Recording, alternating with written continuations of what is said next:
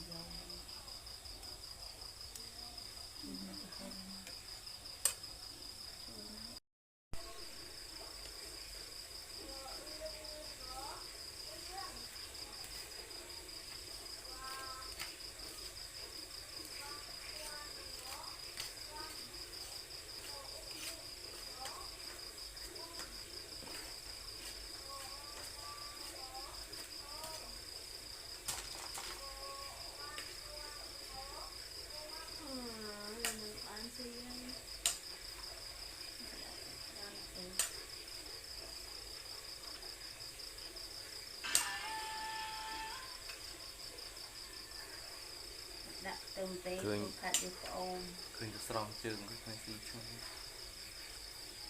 ប្អែងថប់អាចចិត្តអីចឹងមកឃើញ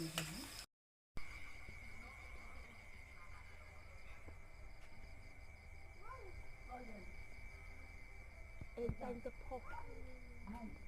ពីបេដងផុសកំណៅណាមួយថ្ងៃទៅឲ្យយ៉ាផ្ទះទៅ5វីដេអូបើខុសគ្នា